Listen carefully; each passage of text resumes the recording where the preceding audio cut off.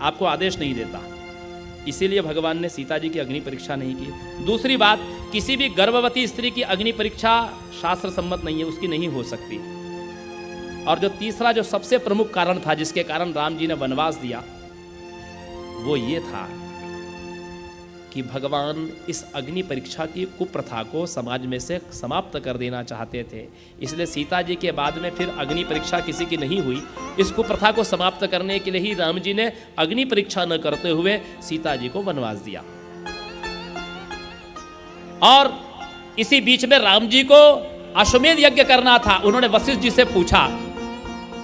वशिष्ठ जी ने कहा कि आप जब तक आप अपनी पत्नी को नहीं साथ में बैठाएंगे तब तक आप यज्ञ नहीं कर सकते, क्योंकि यज्ञ स्त्री प्रधान कृत्य है। पत्नी पति के साथ यदि सभा में बैठी हो तो बाएं भाग में बैठेगी, लेकिन यज्ञ में बैठेगी तो दाहिने भाग में बैठेगी। दाहिने इसलिए बैठेगी क्योंकि वो स्त्री प्रधान कृत्य है। दान पुरुष प्रधान कृत्य नहीं है। जो पुरुष अपनी पत्नी को बताए बिना दान करता है उसका दान निष्फल हो जाता है। यदि आप गृहस्थ हैं तो आपको अपनी पत्नी की अनुमति लेना पड़ेगा, तभी आप दान कर सकते हैं, नहीं तो दान आपका विफल होगा।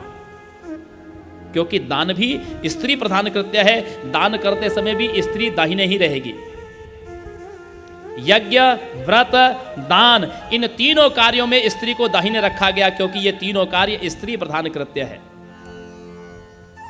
और यही कारण है सज्जनों माताओं कि स्त्रियों को यज्ञ में आहुति देने के लिए मना किया गया है। वह आपका ही कृत्य है, आपका ही कृत्य है। आप स्वयं आहुति नहीं देंगी, केवल आप विराजमान रहेंगी। तो राम जी ने कहा कि अब सीता जी को वापस तो नहीं ला सकते। यज्ञ को करने के लिए क्या विधान बनाया गया कि सुवर्णमयी सीता की प्रतिमा बना करके राम जी के बगल में विराजमान की गई। तब राम जी को अधिकार प्राप्त हुआ। इससे यह सिद्धांत पुष्ट हो गया कि यह यज्ञ जो है स्त्री प्रधान कृत्य है। इसीलिए आचार्य ने किसकी बात मानी? यजमान पत्नी की। और कन्या रत्न की प्राप्ति हुई। लेकिन यजमान ने सोचा, वशिष्ठ जी से पूछा कि मैंने पुत्र के लिए यज्ञ किया था, कन्या कैसे हो गई? उन्होंने देखा, ध्यान के माध्यम से तो पता चला कि ये होता जो है इसने व्यतिक्रम किया है। लेकिन वशिष्ठ जी ने सोचा कि यजमान की इच्छा पूर्ति हो, इसलिए उन्होंने उस कन्या को ही पुत्र बना दिया, योग बल से पुत्र बना दिया। सुद्युम्न जब बड़े हुए तो वैवस्वत मनु ने उनको राज्य देकर के स्वयं वन में प्रस्थान कर लिया, वानप्रस्थ ले लिया। सुद्युम्न जब वन में गए एक बार आखेट खेलने के लिए, एक ऐसे वन में चले गए जिसका नाम था इलावन।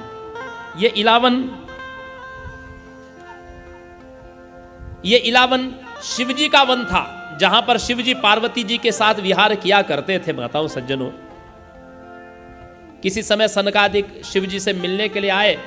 उस समय पार्वती जी शिवजी महादेव जी की गोद में बैठी हुई थी। सनकादिकों ने जब दूर से ही यह दृश्य देखा तो उन्होंने अपनी नजरें नीची कर ली। लेकिन पार्वती जी को लगा कहीं इन्होंने हमको देख तो नहीं लिया इस अवस्था में, तो बेचारी उदास हो गई, माता उदास हो गई।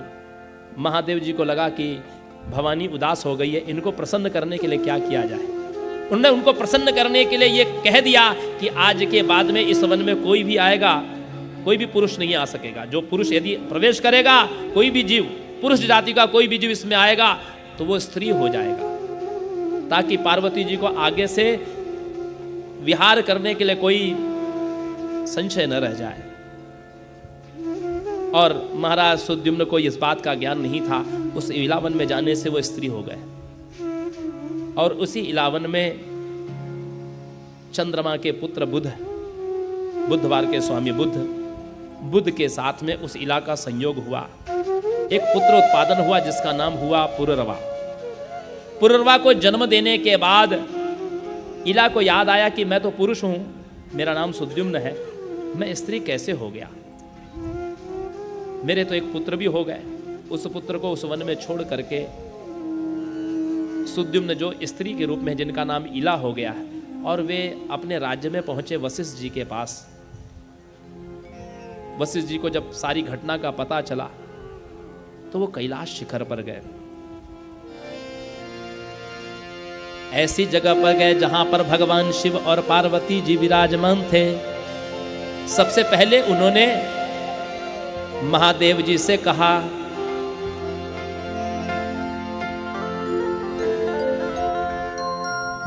अच्छा, हम लोग सबसे पहले कौन से कोर्ट में जाते हैं? सबसे पहले हम लोग हाई कोर्ट में जाते हैं। हाई कोर्ट में क्यों जाते हैं? आप अपना पिटीशन लेकर के हाई कोर्ट में क्यों जाते हैं? आप इसलिए जाते हैं कि मान लीजिए यदि वहां न्याय नहीं मिला तो ऊपर एक कोर्ट और रहता है। यदि सुप्रीम कोर्ट से हमारा केस खारिज हो गया तो हमारे रास्ते बंद हो जाएंगे, लेकिन यदि हाई कोर्ट में हम जाते हैं तो उसके ऊपर एक आशा और बचती है कि इसके ऊपर सुप्रीम कोर्ट भी बचा हुआ है। तो यहां महादेव जी को वशिष्ठ जी हाई कोर्ट समझ रहे हैं, इसलिए सबसे पहले महादेव जी के पास जाकर के उनसे प्रार्थना करते हैं कि नमो नमः शिवायास्तु शंकराय कपर्दिने गिरिजार्धांग देहाय नमस्ते चंद्रमौलये। शिवजी ने कहा, आइए ऋषिवर, बताइए आपका क्या मनोरथ है। वशिष्ठ जी ने कहा, प्रभु हमारे राजा स्त्री रूप को प्राप्त हो गए हैं। मैं जानता हूं कि आपके द्वारा श्राप के कारण ही ऐसा हुआ है। प्रभु मैं यही गुहार लेकर के आया हूं कि उसको स्त्री रूप से आप मुक्त कर दीजिए, उनका पुराना रूप उनको पुम रूप प्राप्त हो जाए। महादेव सोच में पड़ गए। एक और मेरा याचक है और एक और मेरी धर्म पत्नी है।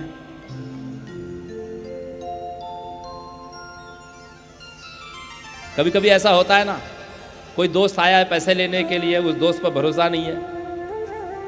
अब वो दोस्त मांग रहा है 10,000 रुपये दे दो, अब पत्नी मना कर रही है, तो व्यक्ति धर्म संकट में पड़ जाता है। अरे इधर मेरा जिगरी दोस्त है, इधर धर्म पत्नी है, और नहीं देता हूं तो दोस्ती टूटेगी। तो आदमी कैसी चालाकी करता है जानता है?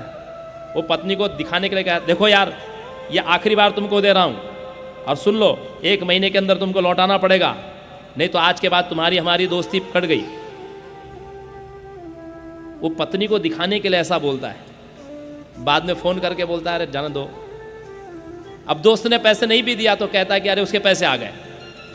महादेव जी ने वशिष्ठ जी से कहा कि मैं ऐसा कर सकता हूं, 1 महीना सुद्युम्न स्त्री रहे, 1 महीना पुरुष रहे, ताकि पार्वती जी को जो आश्वासन दिया गया है वो भी विफल न हो और मेरा याचक भी विफल न हो। तो न्याय तो मिला, लेकिन पूरा न्याय नहीं मिला। इसलिए वशिष्ठ जी ने अब सुप्रीम कोर्ट में अपनी पिटीशन लगाई कि जय देवी महादेवी भक्तानुग्रहकारिणी, जय सर्वसुराराध्ये जयानंत गुण लये, प्रसन्ना भव देवेशी चतुर्वर्ग प्रदायिनी, कस्त्वां स्तोतुं क्षमो देवी केवलं प्रणतोस्म्यहम्। वशिष्ठ जी कहते हैं, हे देवी मैं आपकी क्या स्तुति करूं, केवलम प्रणतोस्म्यहम्, मैं केवल आपको प्रणाम करता हूं। मां ने कहा, देखो जीवन में यदि कोई अपराध हुआ है, यदि आपसे कोई पाप हुआ है, उस पाप से इसी जीवन में निवृत्त होना है। यदि आपको देखिए उसके 2 मार्ग हैं।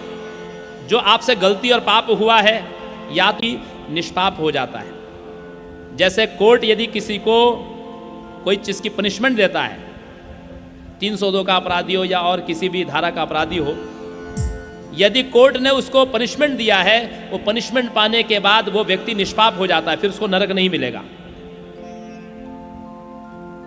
या तो अपने किए हुए कर्मों को भोग लो, और या तो दूसरा उपाय क्या है? दूसरा उपाय यह है कि आप पहले संकल्प करो कि ऐसा अपराध जीवन में अब दोबारा नहीं होगा, और जो अपराध हुआ है उसके निमित्त प्रायश्चित कर लीजिए। यह भी पाप से निवृत्त होने का एक उपाय है। प्रायश्चित करने से पहला तो मां ने कहा कि प्रायश्चित के लिए तुम अब एक ही से कहा कि तुम अपने यजमान को मेरी देवी भागवत की कथा सुनाओ। देवी भागवत की कथा सुनने वाला व्यक्ति निष्पाप हो जाता है, क्योंकि तुम अर्थ की कामना से आए हो। आर्त भाव से आए हो।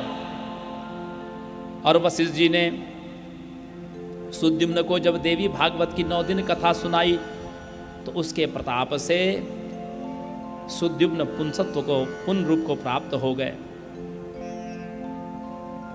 इस अध्याय का सिद्धांत है अर्थ। इस अध्याय का सिद्धांत क्या है? अर्थ।